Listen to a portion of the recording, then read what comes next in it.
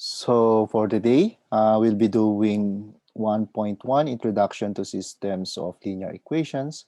So let us recall some of the basic things that you should have learned from algebra courses or from Sec 4. So linear equations. So in one variable, a linear equation is of the form ax equals b, where this a and b are numbers and a is not equal to 0. So if a is equal to 0, that means b equals 0. So it doesn't make sense in our definition. Okay? So x here is a variable as stated in here. So in two variables, say we choose the variables x and y. So the equation will be ax plus by equals c, where a, b, c are numbers, okay? And a and b are not both 0, okay?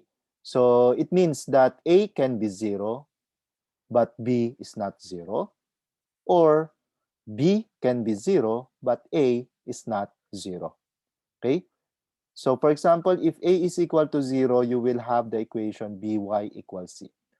If it is stated there that we have two variables, x and y, then even if you don't see the x and you only have the equation by equals c, the equation will be treated as an equation in two variables.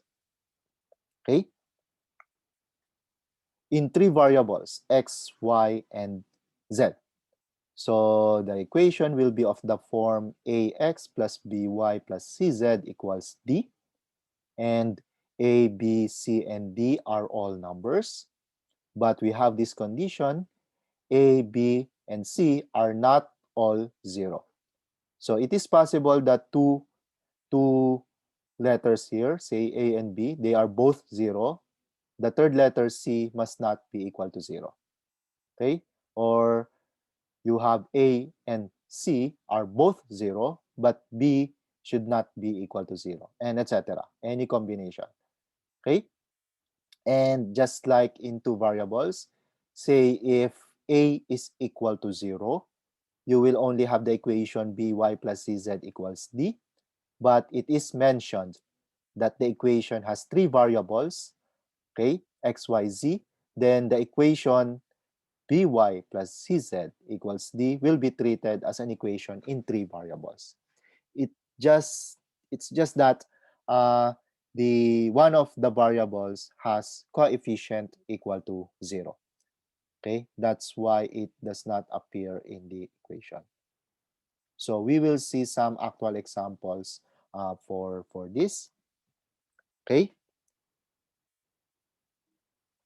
so in general, a linear equation in n variables, x1, x2 until xn, is of the form a1x1 plus a2x2 plus until an xn equals b, where these numbers here, a1, a2 until an, they are not all 0.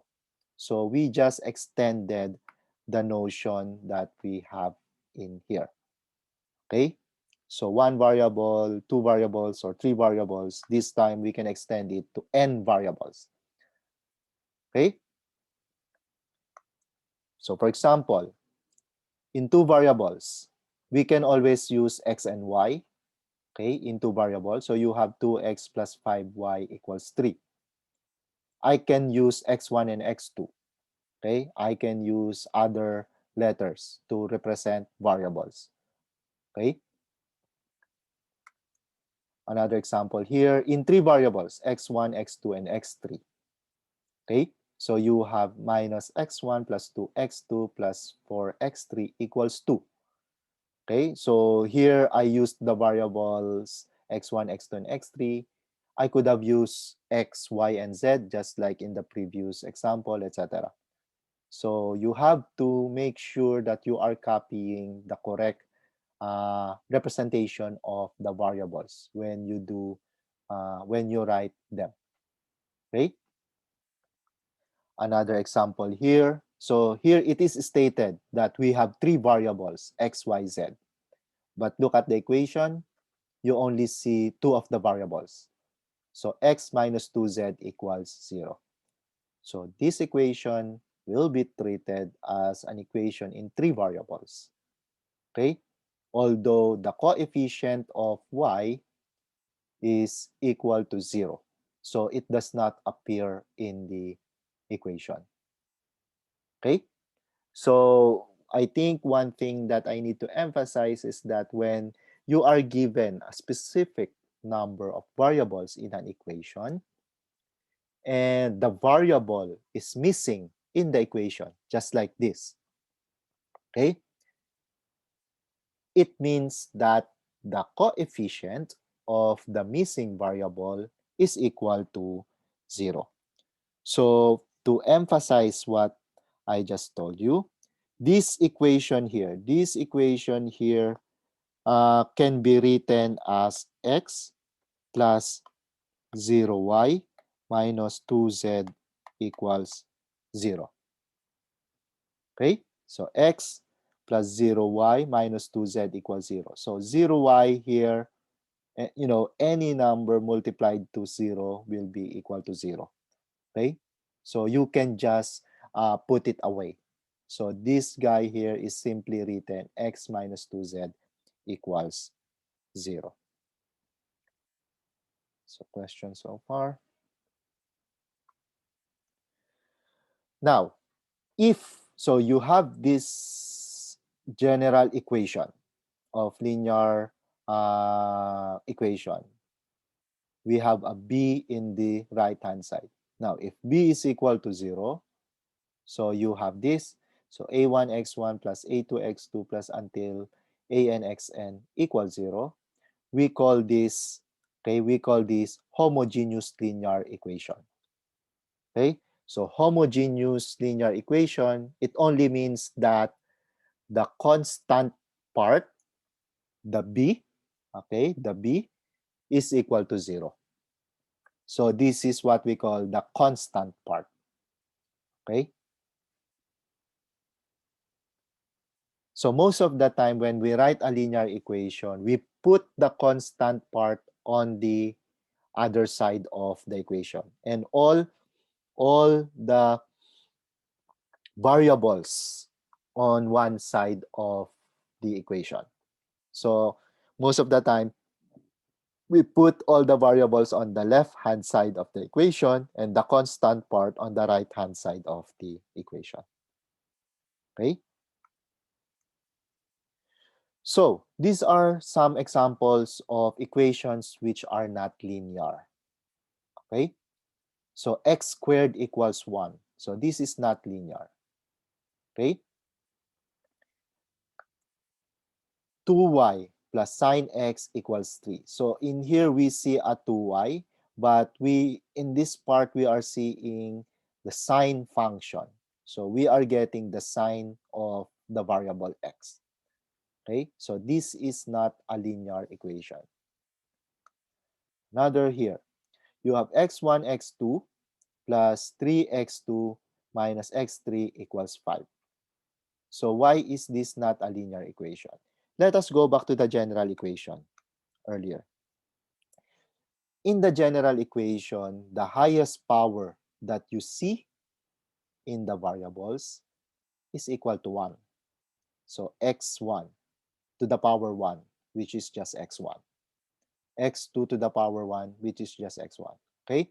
The highest power that you see in a linear equation is equal to 1. So in this example here, the power is equal to 2. That's why this is not a linear equation.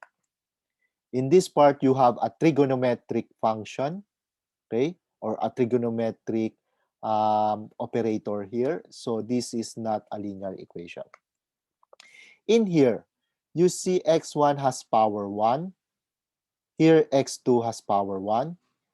Of course, here you have x2 power 1. Here, x3 power 1. Why is this not a linear equation? The reason is because of this part. Okay? When you multiply variables, okay? When you multiply variables, the power of that particular term, this guy here, becomes the sum of the powers of your variable. Okay? So this term here is a single term, okay, with power equal to the power of x1 to the power of x1 here and power of x2. The power of x1 here is 1. The power of x2 here is 1.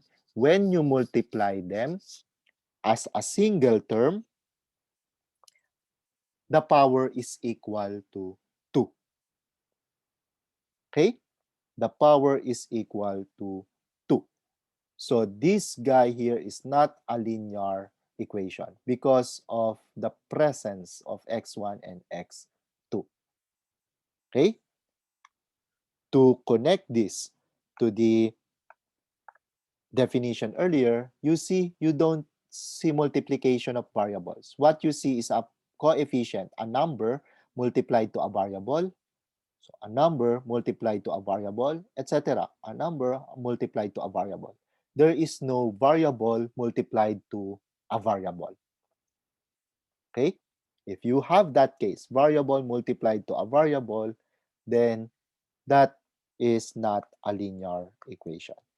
So this guy here is not a linear equation. Another example, here you have x minus square root of y plus 1 over z equals negative 1. Of course, the presence of square root of y makes this equation not a linear equation. Also, the presence of 1 over z makes this equation not a linear equation. Why? If we look at this square root of y here, you can write this as y raised to 1/2.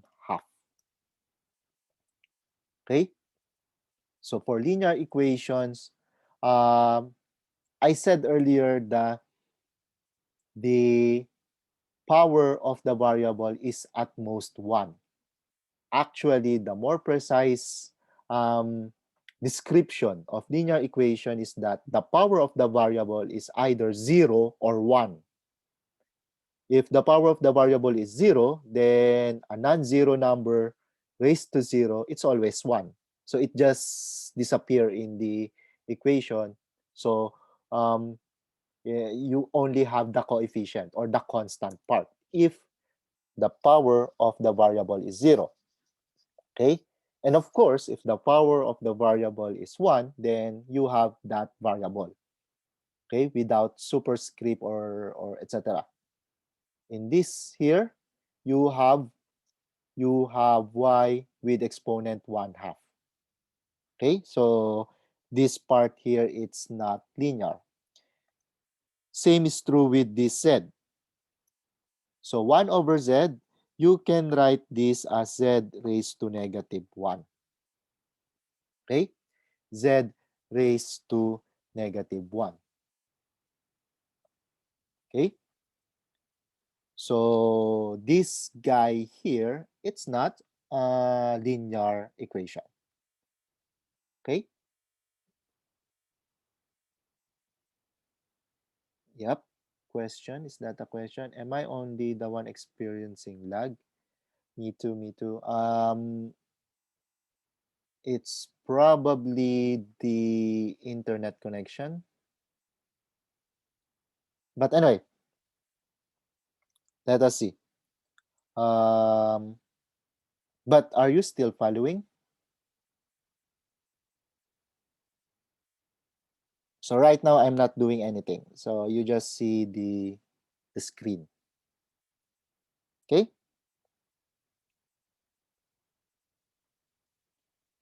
Okay. So next here, a finite set. So we define now what we call a system of linear equations. So a finite set of linear equations is called a system of linear equations or linear system. Okay? the variables are called the unknowns. So for example, you have this 6x1 plus 2x2 equals negative 8, and then 3x1 plus x2 equals negative 4.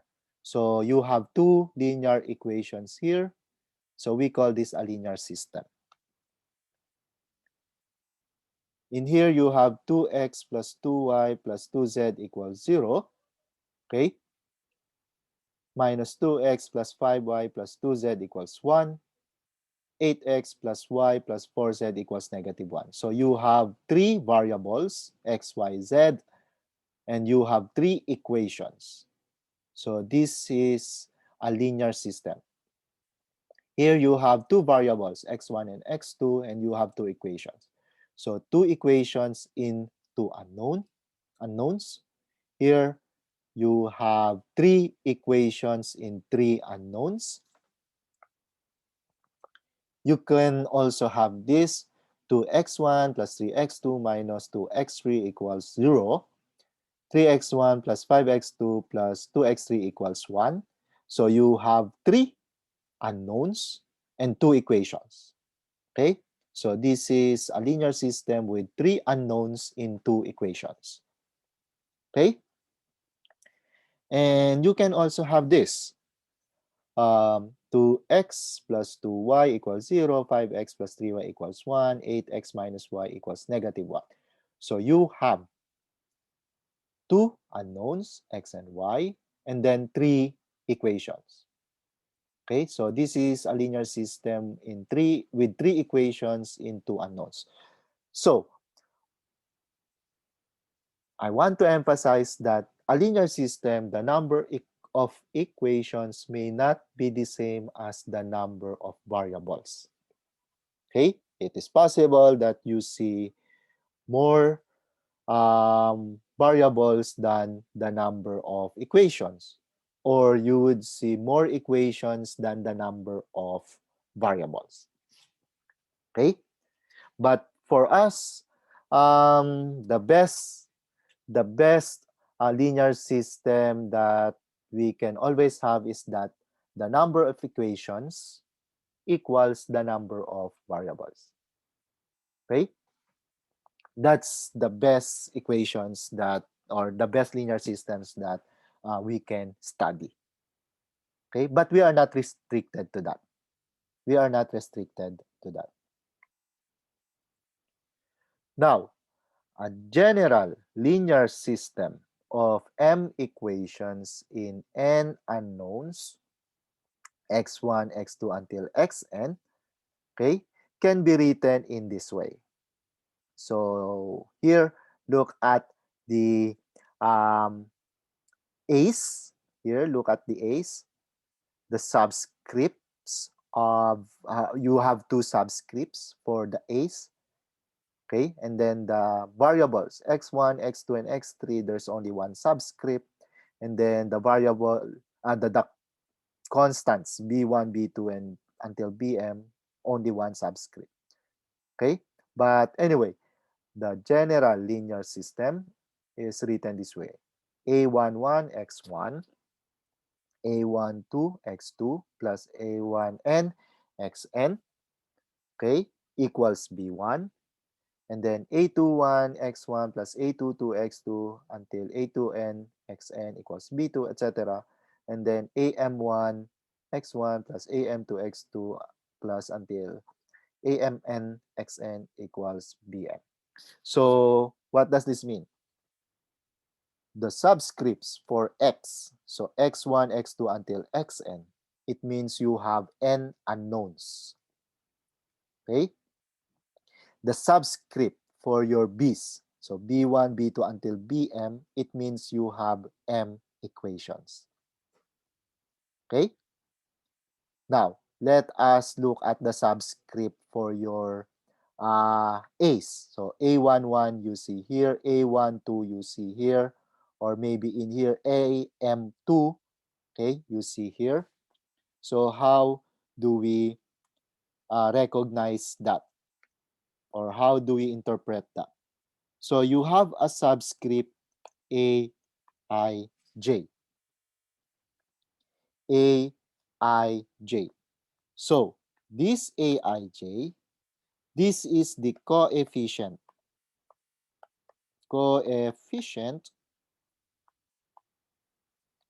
of the variable xj, coefficient of the variable xj, okay, in equation I. Equation I. Okay?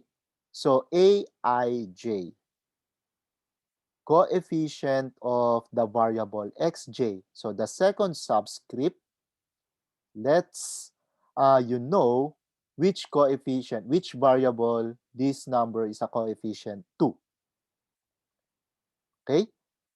So this Aij is a coefficient to the variable xj. The first subscript, the I here, tells you which equation you should be looking at. Okay? So I, first subscript is I, equation I. Second subscript is J, coefficient of xj. So notice here, A21. First subscript is 2. It's on the second equation. Second subscript is 1. It's the coefficient of x1. Okay? Here, A1n. First subscript is 1. It's on the equation 1. Second subscript is n, coefficient of the variable xn. Okay? AM2 here. First subscript is m. You are looking at the equation m. Second subscript is 2. It's the coefficient of the variable x2. Okay? So Aij, coefficient of xj in equation I.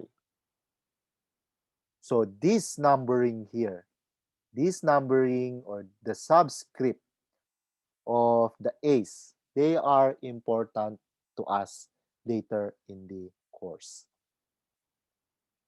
Okay? Later in the course. So questions so far. Now, we define linear system which is homogeneous. So remember, earlier, homogeneous linear equation is when the constant part is equal to 0. So the linear system is homogeneous if all the constant parts are 0. So first equation here, the constant part is 0. Second equation here, the constant part is 0. Until the last equation, the constant part is 0. If there is one equation in the linear system with constant part not equal to 0, okay, then the system is not homogeneous. Okay, so the requirement for the homogeneous linear system is that when all the constant parts are 0. Okay, now this is a linear system. So this is a linear system. Our goal is to find what we call solution to the linear system. Okay, so what is this solution?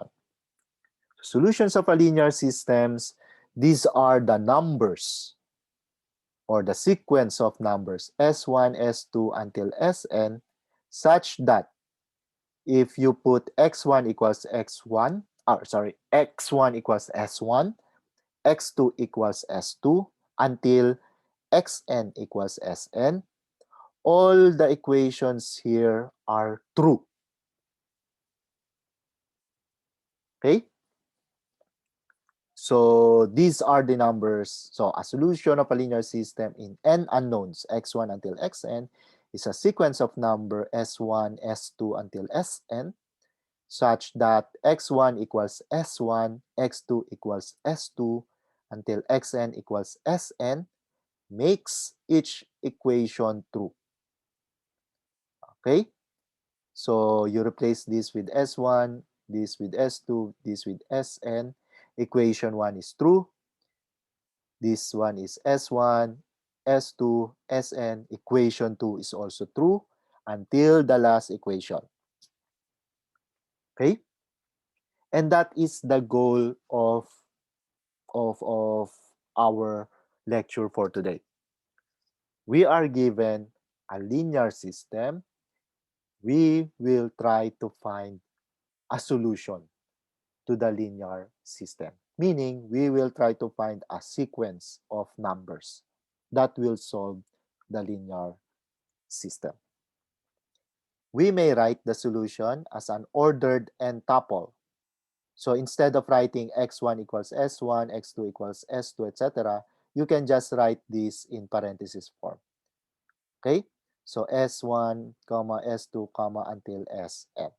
So ordered n-tuple. Take note of the word ordered, meaning the first number that you see here corresponds to your first variable. The second number that you see here corresponds to the second variable. The third number that you see corresponds to the third variable. So ordered. Okay? Ordered. So example, here you have 2x plus 2y plus 2z equals 0, negative 2x plus 5y plus 2z equals 1, and then 8x plus y plus 4z equals negative 1. And in here we have an ordered triple, negative 1, negative 1, 2. So what we're going to do now is to verify whether this ordered triple is a solution to this equation or to this linear system. And in order to do that, all we need to do is to substitute x1 equals s1, x2 equals s2, etc. So in here, in this arrangement, our first variable is x, second variable is y, third variable is z. So the first number here should correspond to x, second number here should correspond to y, third number here should correspond to z. Okay? So we will just substitute the ordered triple in this to each of the variable here, and then we can verify that it's a solution. So how? For example, you have on the first equation, you have 2. So here you have 2 times negative 1, okay, plus 2 times negative 1 again, and then plus uh, 2 times positive 2, okay? So the question is this equal to 0? Because first equation equals 0. So the question is it equal to 0? So let us label this as equation 1 here. And indeed, 2 times negative 1, this is negative 2, plus 2 times negative 1 here, again, negative 2. And then you have 2 times 2 here. So 2 times 2, that's equal to 4. And this is equal to 0. So with this ordered triple, negative 1, negative 1, 2, the first equation is true. Okay? We check second equation. So negative 2 times negative 1. So negative 2 times negative 1, and then plus 5 times negative 1. So plus 5 times negative 1. And then 2 times positive 2 here. So plus 2 times positive 2 here. And this is is this equal to the right-hand side, which is equal to 1? So in here, you have positive 2 plus 5 times negative 1, so minus 5. Then in here, 2 times 2, so plus 4. And we see clearly that 2 minus 5 plus 4, that's equal to positive 1. Okay? So first equation is true, second equation is true. We are left to work on the third equation. Okay? So we will have 8x, 8, your x is a negative 1 here. So 8 times negative 1, okay? Plus y here, which is negative 1. And then plus 4 times z, so 4 times 2. So question is this also negative 1? Okay? So this is negative 8 plus negative 1, and then plus this is positive 8. And indeed, you have negative 8 minus 1, that's negative 9, plus 8, that's equal to negative 1. Okay?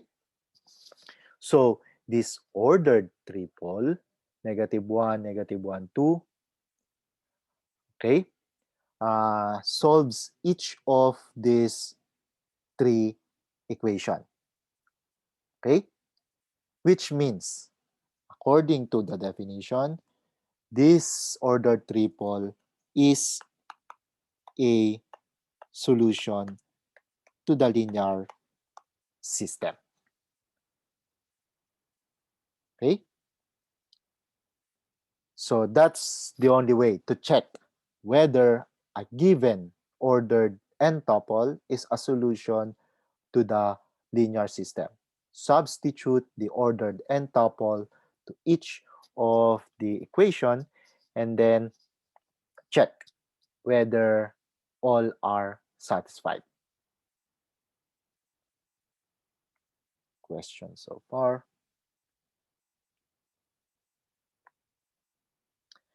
Next example. 6x1 plus 2x2 equals negative 8, 3x1 plus x2 equals negative 4, and we are given these two ordered pairs. So negative 1, negative 1, 0, and negative 4. Okay? So again, to check if they are solutions, so we have two ordered pairs here. So we will check if both of them are solutions. Okay? We can easily see that indeed they are solutions. So on the first equation, say when, let us check the first here, when x1 equals negative 1 and x2 equals negative 1. Okay, so we have 6 times negative 1 plus 2 times negative 1. So let us calculate this immediately. So negative 6 minus 2, this is equal to negative 8. And that's your right-hand side there. Okay. And then for the other guy, for the other equation, you have 3 times negative 1 plus x2, it's just negative 1. And we see that this is negative 3 minus 1. This is equal to negative 4. So yes, so this guy here is a solution because substituting them, the ordered, the numbers in the ordered pairs, um, makes all the equations here true. Okay. For the second possible solution, so when x1 equals 0 and then x2 equals negative 4, okay, so you will see that very clearly. So in the first equation, you just have, so 6x1, that's just 0 plus 2 times -4, and this is exactly -8. So first equation is true. And then for the second equation, you again have 0 plus -4, and that's precisely the right hand side. So again, when x1 equals 0 and x2 equals -4, both equations here are satisfied. So we conclude that these are solutions. So this is by means of direct verification, meaning by substituting this sequence of numbers into the equation. Okay?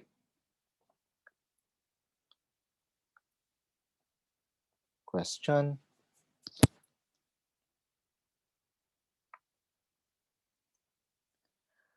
So here, third equation, you have 6x1 plus 2x2 equals -8. And then the other one is 3x1 plus x2 equals 4.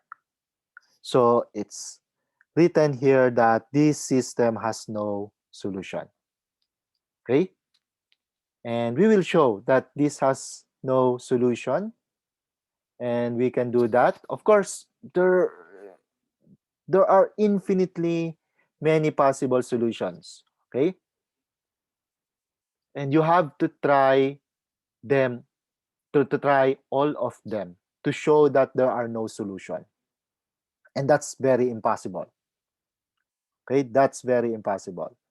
So how are we going to show that this linear system has no solution? To do that, we will look at some contradictions. Okay? We will look at some contradictions. So what we're going to do is um, to find equivalent equations. Okay? Equivalent equations that will give us a contradiction to this linear system. So if we label this first, this equation here as equation 1, and then this equation here as equation 2, an equivalent equation is another equation. Okay, so listen. An equivalent equation is another equation having the same solution set as the original equation. Okay, so say, let me write it here. So equivalent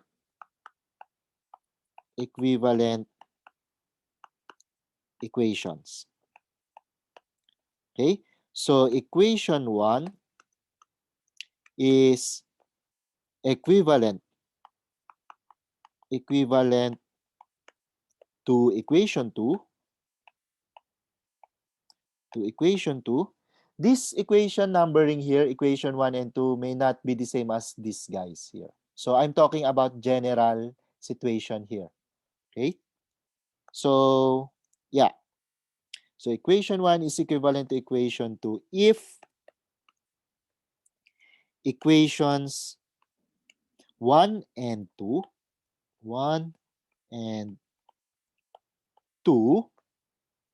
have exactly the same solution. Exactly the same set of solutions. Set of solutions.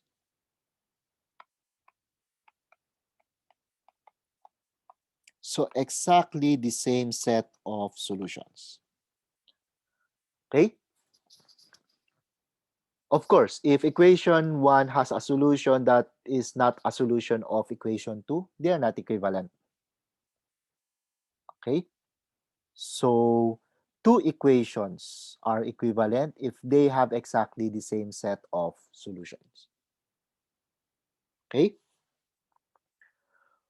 So how do we get equivalent equations? So uh, list I will list some methods later how to get how to get equivalent equation. But way, one way to get an equivalent equation is when you multiply the left hand side and the right hand side of the equation, okay, by the same number. Okay? Meaning, if I multiply this left hand side here by, say, number 5, so 5 times this left hand side, I have to multiply the right hand side by 5 also. If you do that, you will get another equation, and that equation is equivalent to this original equation here. Okay? That's one way. Multiplication of a constant on both left-hand side and right-hand side of the equation will give you an equivalent equation. Okay? Okay. So, we will use that method in this item number 3. And we show that this system has no solution. Particularly,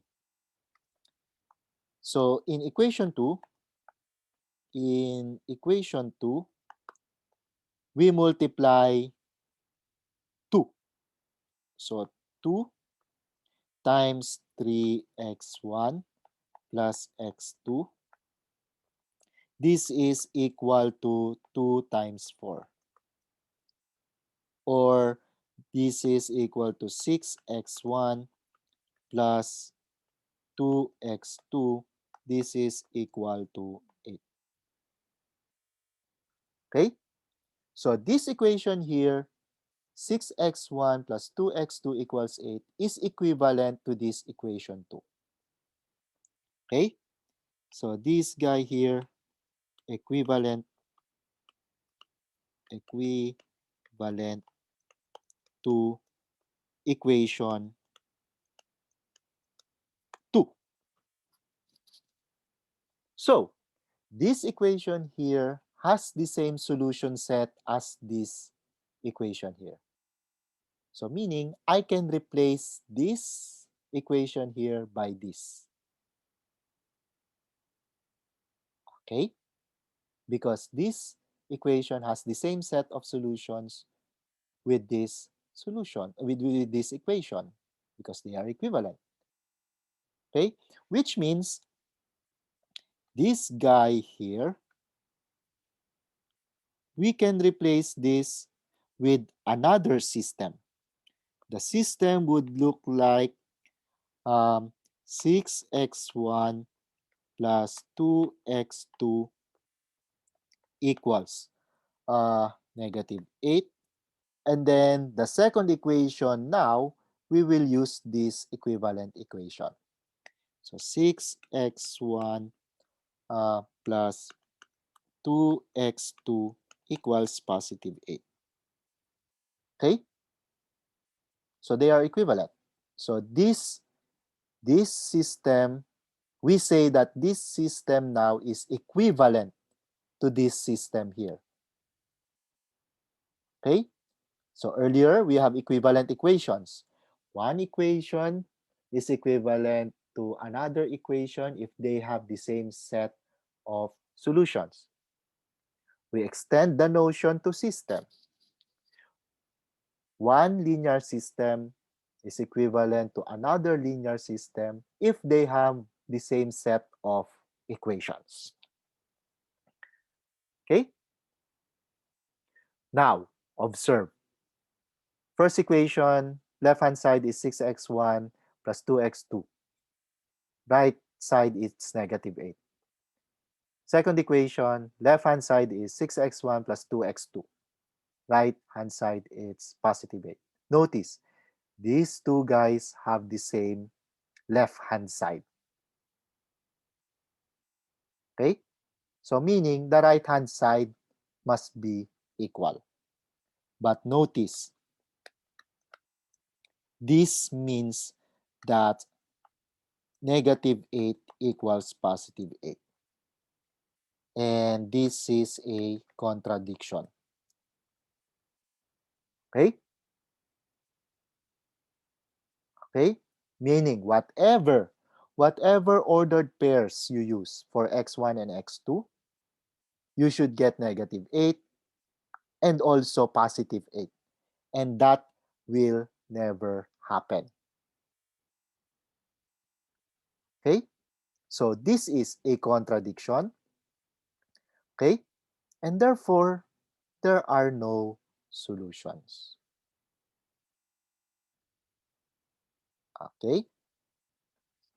There are no solutions. So notice how we try to explain. How we try to explain that a system has no solution. You have to find contradiction. So a lot of times at this level, at this session, finding the system to have no solution is a bit rigorous. You have to manipulate them. On the other hand, for the first two examples here, 1 and 2, you are given um, some ordered triple here, some ordered pairs here. All you have to do is to substitute. Okay? And you will be able to conclude that they are solutions. Okay? But of course, later in the course, uh, our goal is to actually solve these guys here. We don't know this, we don't know this, we only have the linear system, we have to solve them. So later we will learn how to do that. Yes, question. Is it possible to write immediately that there's a solution to like the number two, since they essentially are the same? Yes, of course. But that's a good observation. They are essentially the same by doing this actually, right? If I multiply the second equation by 2, you will only get the first equation. So yes, they have the same set of solutions and therefore you will be able to get a solution for this. And in fact, you will get infinitely many solutions to this,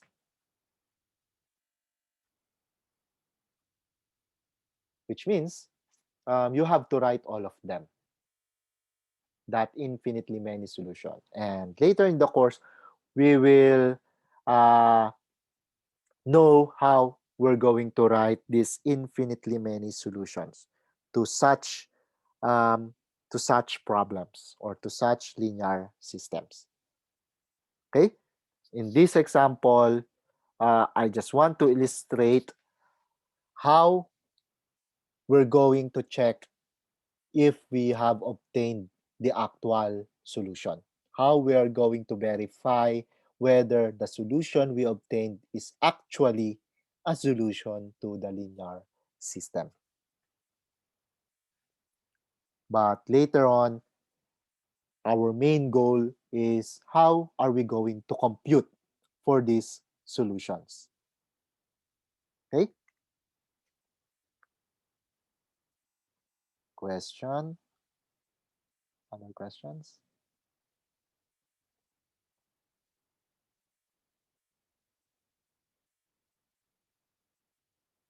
Okay.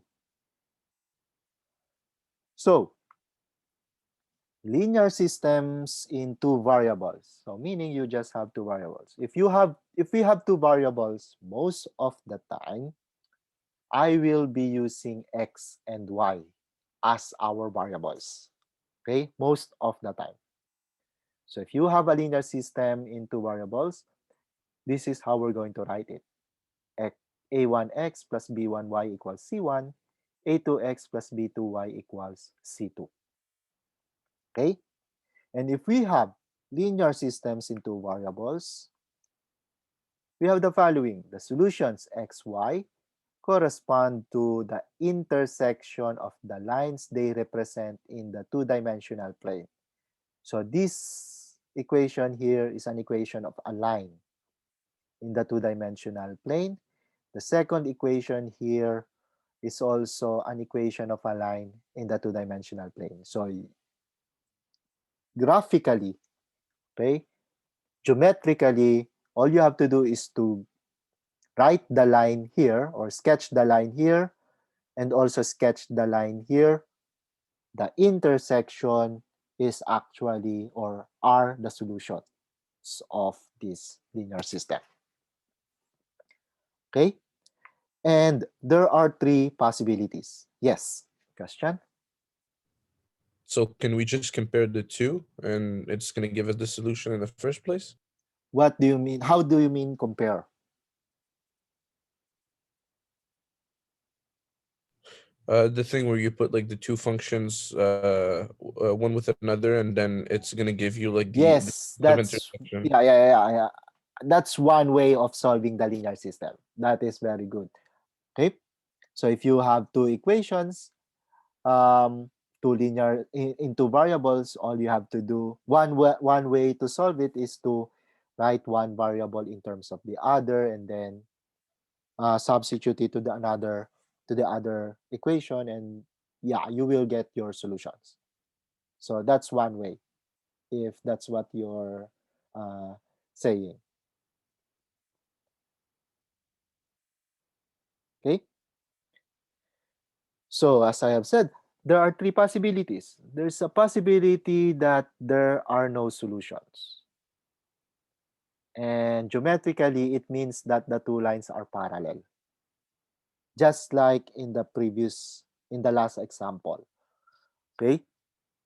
The two lines were actually parallel in that last example. And they are not coinciding. Another possibility is that there is one solution. In this scenario, this is first line, this is the second line. They intersect at exactly one point. And the third possibility is that there are infinitely many solutions. So they coincide. They are actually the same. Okay? Just like in the second example earlier. They actually represent the same line. So lines are parallel and distinct, no solution. Lines intersect at exactly one point, one solution. Lines are coinciding, infinitely many solutions.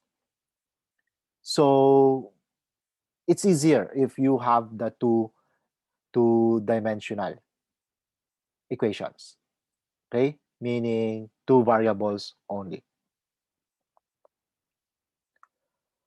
In three variables, it's more complicated. So in three variables, most of the time, I'll be using the variables x, y, z, okay? So I'll be using x, y, z.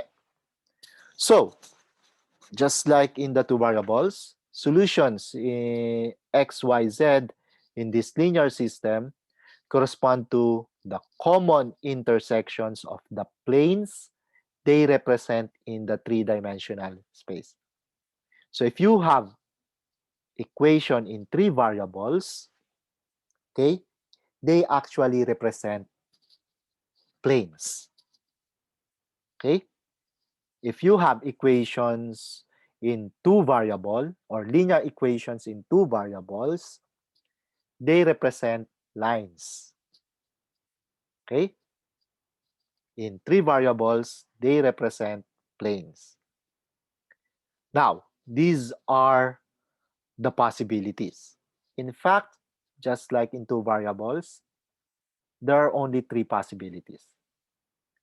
So if all of them are planes, okay, that are parallel, there will be no solutions. Okay? Because all of them will never intersect each other.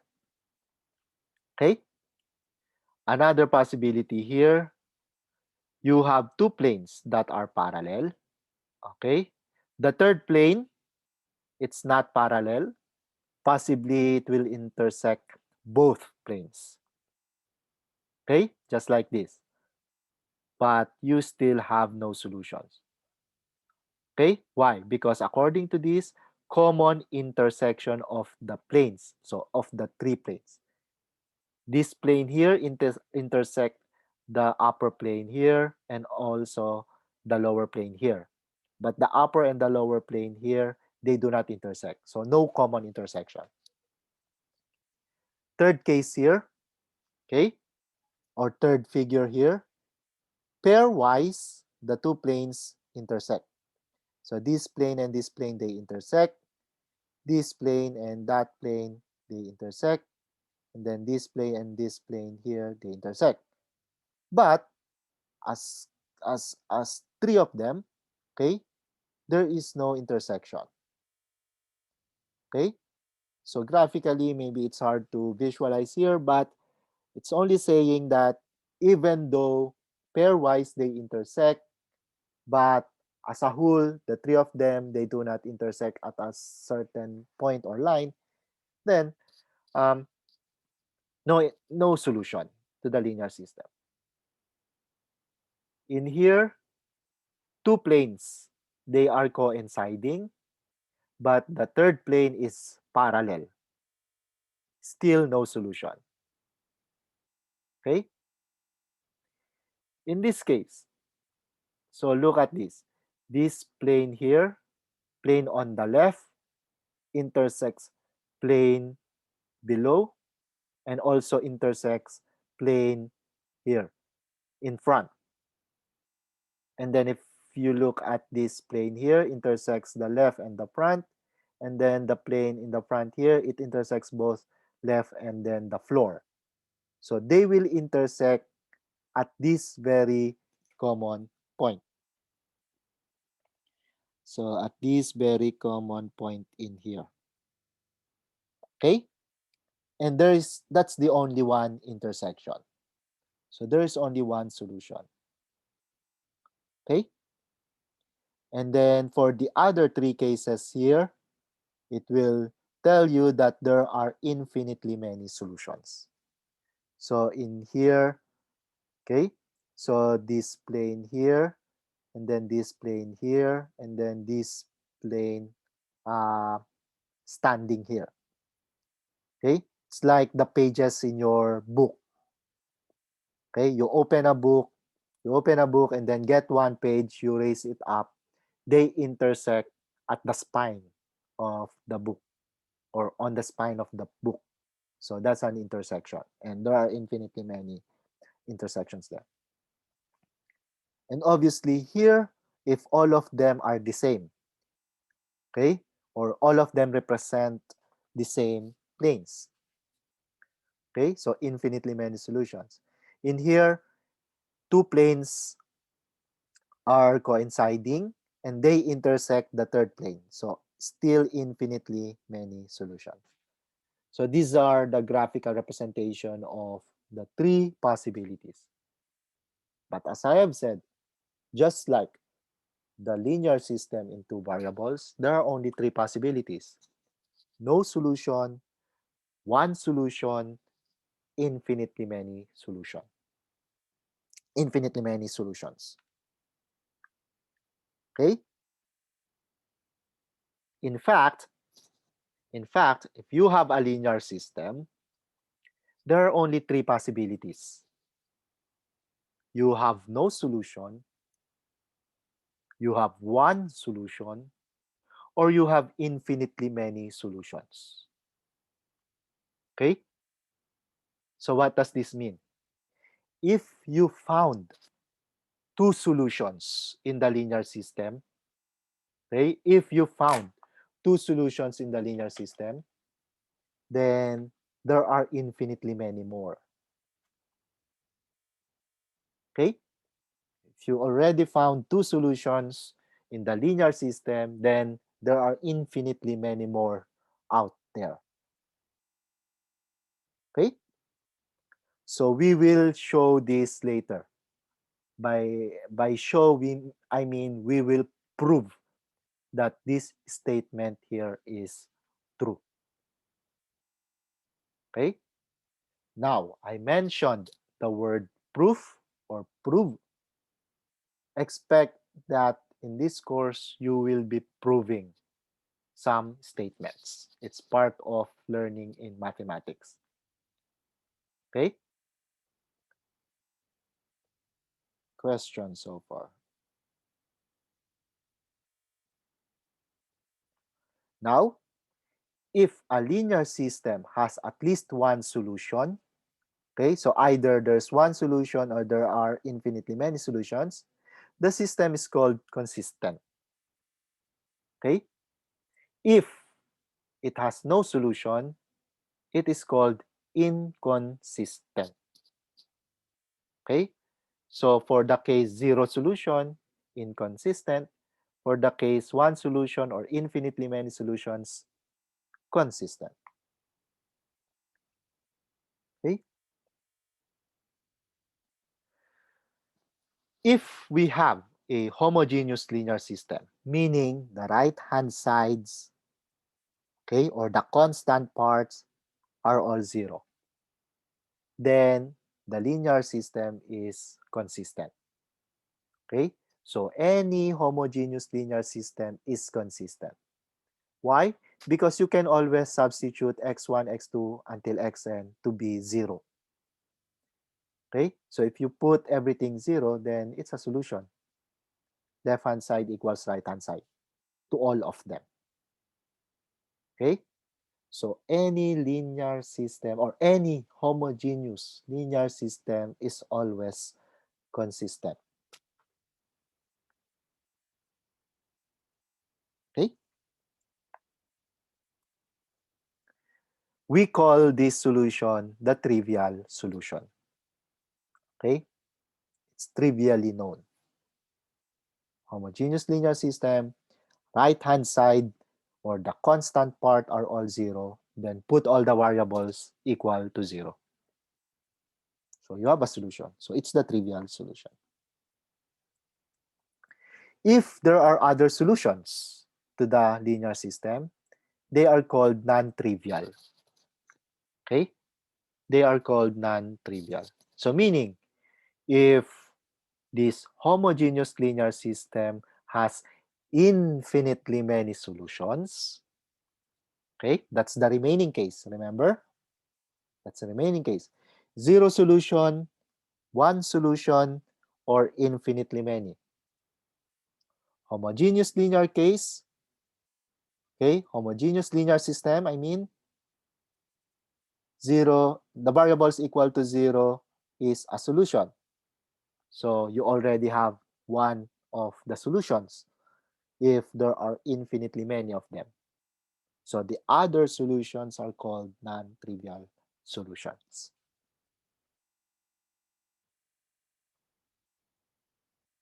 Questions so far? Yes, just to make sure I understand. Yeah.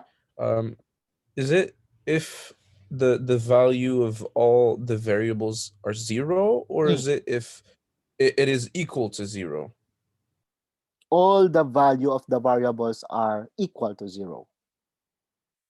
Then definitely, for example, x1 is equal to 0, x2 equals to 0, xn is equal to 0. Then whatever their coefficients are, you add them, it's still 0. So left-hand side is 0, right-hand side is 0. Okay, and that means there's a solution, even though like in I don't know, the exercise we're gonna have, it's gonna be written equals to, I don't know, 5, and we find out that it's equal to zero. In fact, it's gonna be a solution, even though it's like wrong. No, because I'm not- in that case, this is no longer the homogeneous linear system. If the right-hand side is not equal to 0, Is that Okay, what okay. you mean? All right. So in this case, you only consider the homogeneous linear system, meaning the right-hand side are all zero. Then this guy here is a solution. If one of the equations in here is not zero, it's not homogeneous linear system, okay? And in that case, zero or this sequence of numbers here, so x1 equals 0, x2 equals 0, etc., it's no longer a solution. It cannot be a solution, right? Because left hand side will be 0, right hand side will be non-zero. Okay? This can only happen, so x1 equals 0, x2 equals 0 until xn equals 0, a solution. Okay? It can only happen when you have homogeneous linear system. All right. Thank you. You're welcome. Other questions? So, as I have said, our goal is to solve linear systems. So, how do we do that? These are the three basic methods. Okay? Multiply an equation through by a non-zero constant. Okay? So left-hand side multiply by, say, constant 5. You have to multiply the right-hand side by 5. So multiply an equation through. So both left-hand side and right-hand side must be multiplied by the same number for one of the equations. Okay? Multiply an equation. Okay? That's one way. That's one method, I mean. Okay? And we did this method earlier when we want to show that there are no solutions to the equation. Another method, interchange the two equations. So this is equation 1, this is equation 2, then you interchange them. Remember, the linear system will be almost the same, except that the location of equation 1 went to equation 2, and then equation 2 went to equation 1.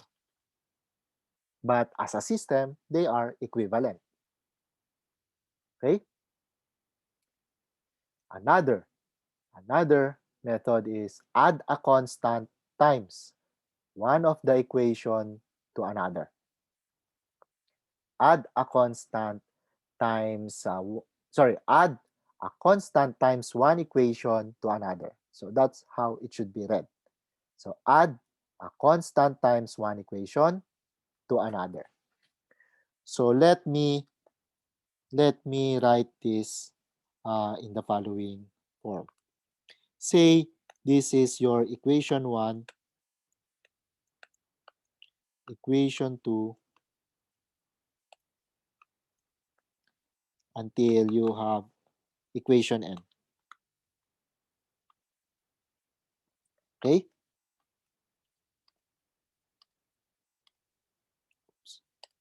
So equation n. Or m. I think it's equation m. Okay? So what is this first here? So constant times equation I. So equation I is somewhere in here. So either it's the first equation. Instead, yeah, equation I. So first equation, second equation, or third equation, or etc. So constant times equation I. For the second, you want to change two equations. So equation I, interchange it with equation J. So interchanging two equations. The third here, add a constant times one equation to another. So this means you have equation I plus C equation J. So add constant times one equation to another. Okay? So add a constant times one equation to another equation. So these are the basic methods. And you can combine them. You can combine them in one long solution to find or to solve the linear system. Okay? And there are no, uh, or at least these are the three legal ways to solve the linear system. I I saw from previous classes that a lot of students are doing illegal steps. Okay, and that makes the solution incorrect. Okay, so these are the three legal steps that we are going to follow. Okay, so um, here are some examples that we are going to work on. So we will solve this linear system, and later we look at the discussion. We will also find that the solution will be x equals 3, y equals 1, z equals 2, or as ordered triple, we can write it as 3, 1, 2. Okay? Another example that we will be working on is this. We found this already. This is one of the examples that we have. And we found two solutions already in this. Okay? We will write the solution to be something like this. So x1 equals t, x2 equals negative 4 minus 3t, where t is arbitrary. Meaning, if you change your x1 by some number, okay, replace that number here, and then you will find your x2. So later, we will see the solution. Okay, and then what do I have in here?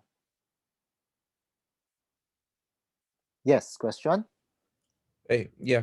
Can we actually say right away that it like, for example, for a quiz or an exam or something, can we say that it doesn't matter since they're already the same function?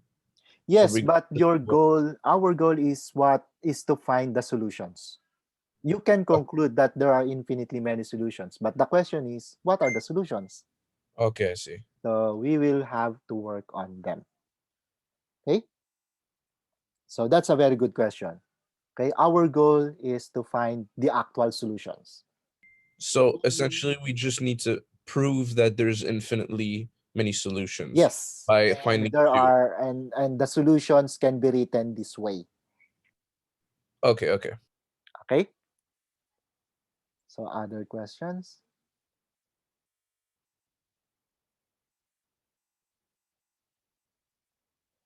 Okay,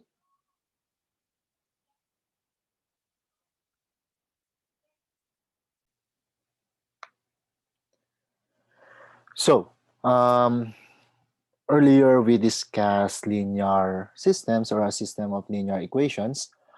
And today what we're going to do is to rewrite the linear system with what we call matrix. So a linear system of this form, a11x1 plus a12x2 plus until a1 and xn equals b1 and etc. etc.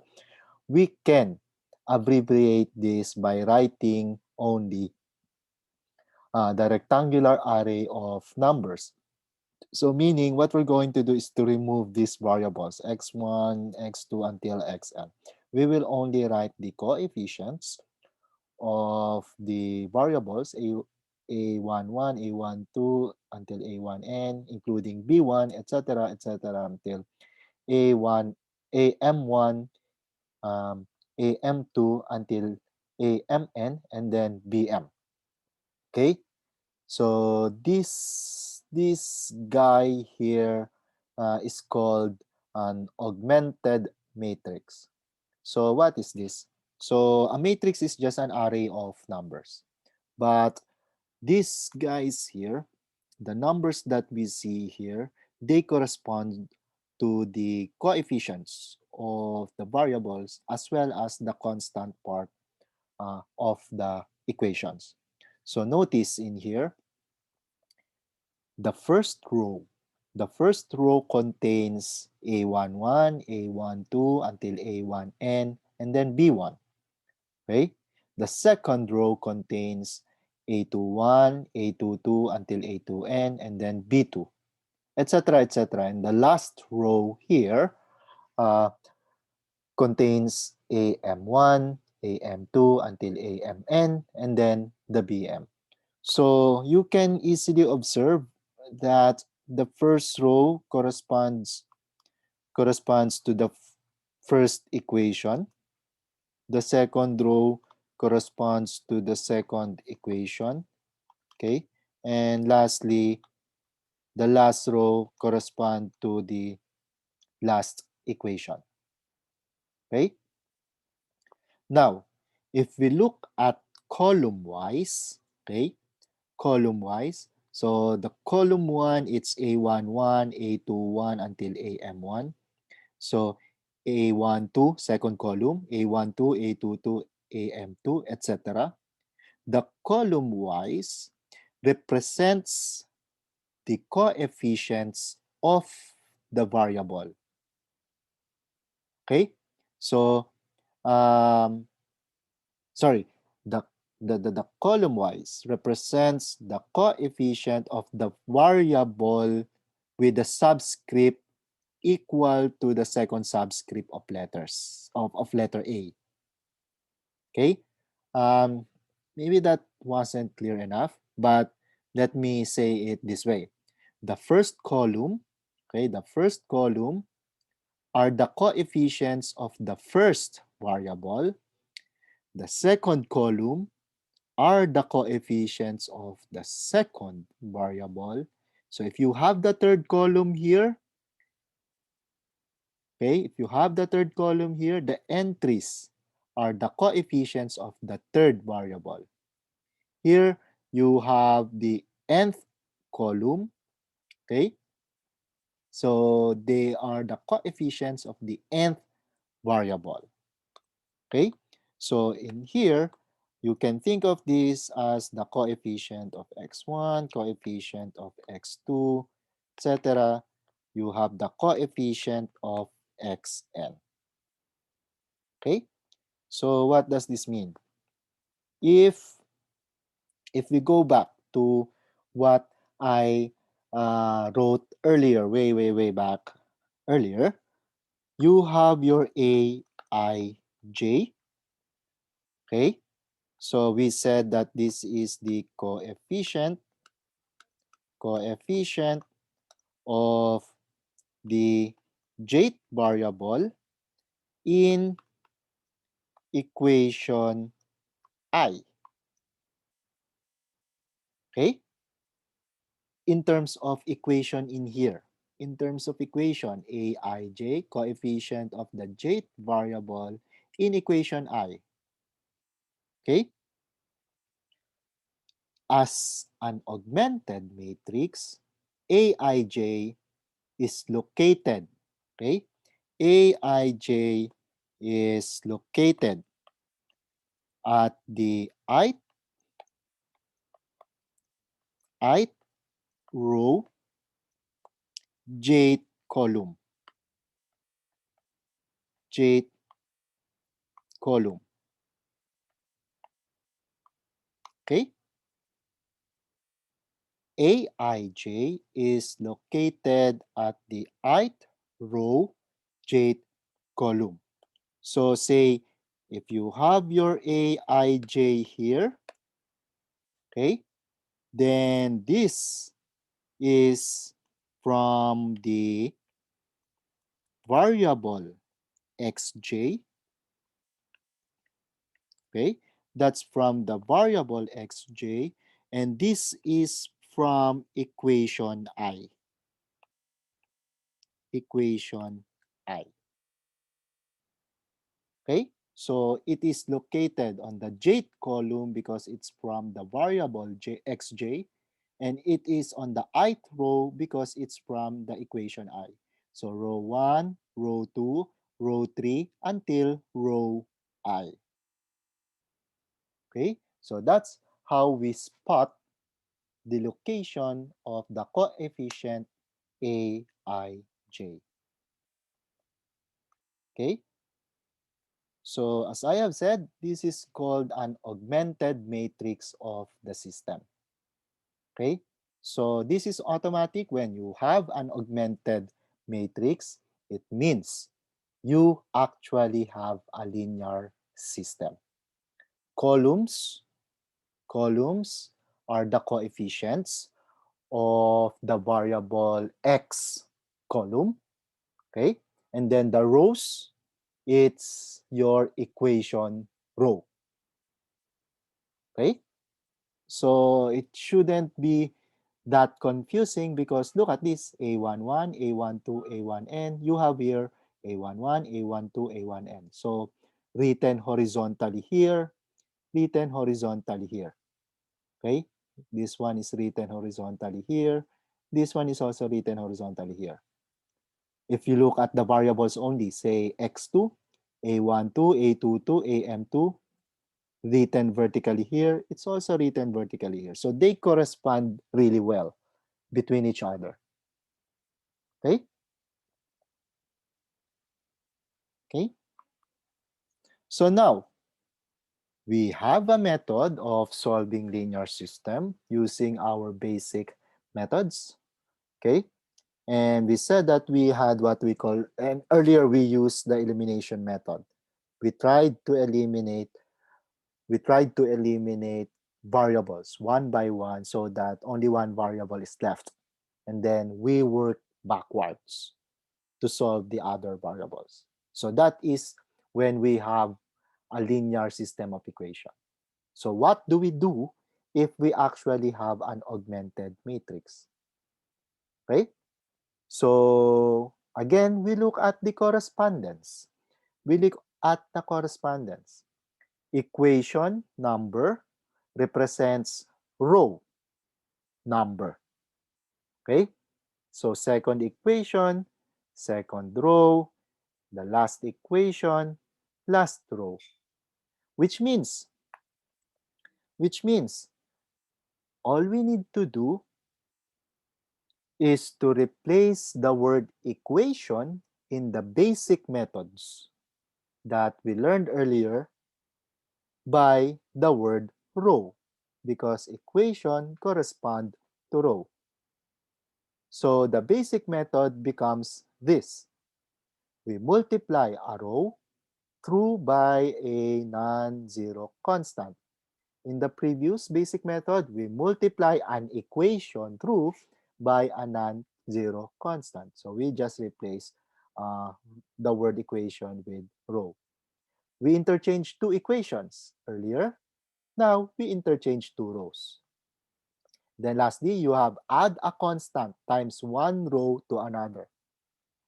In the previous, you had add a constant times one equation to another. So again, we just replace the word equation by row. And just like before, let us represent this with using short notation. So multiply a row through a non-zero constant. So this means you just have, say, C row I. So row I is multiplied by a non-zero constant C.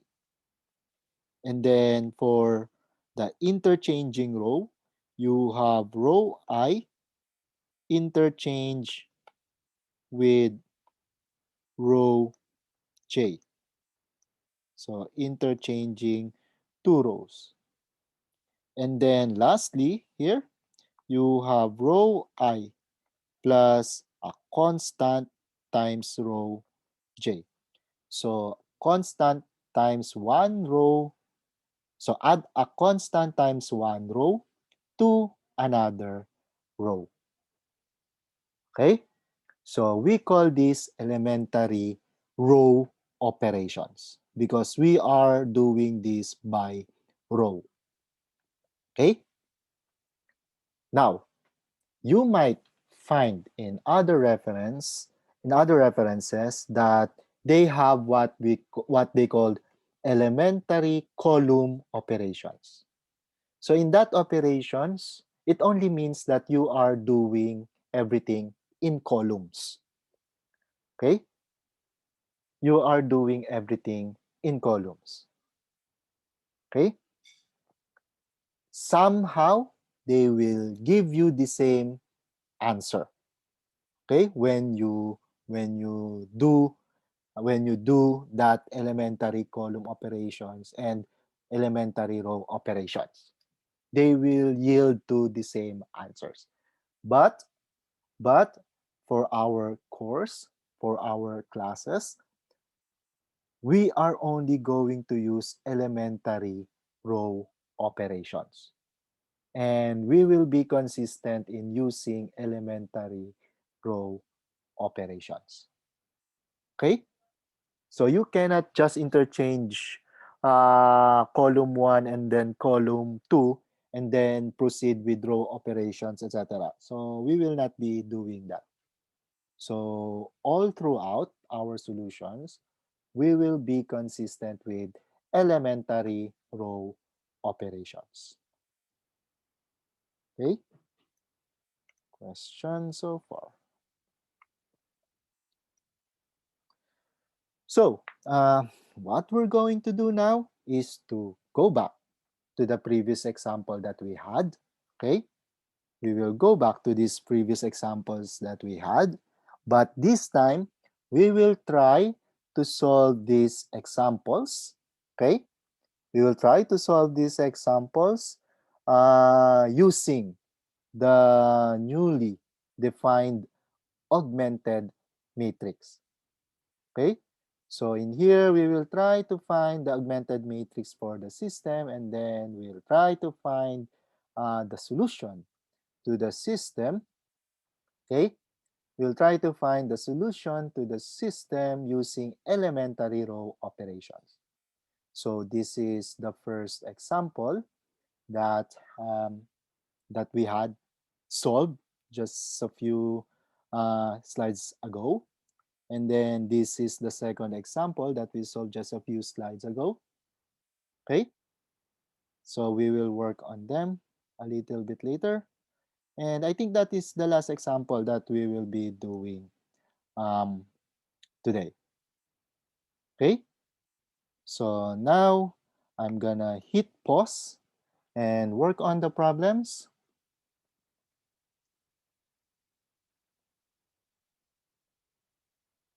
And then you try also working with me as I solve the, the solution.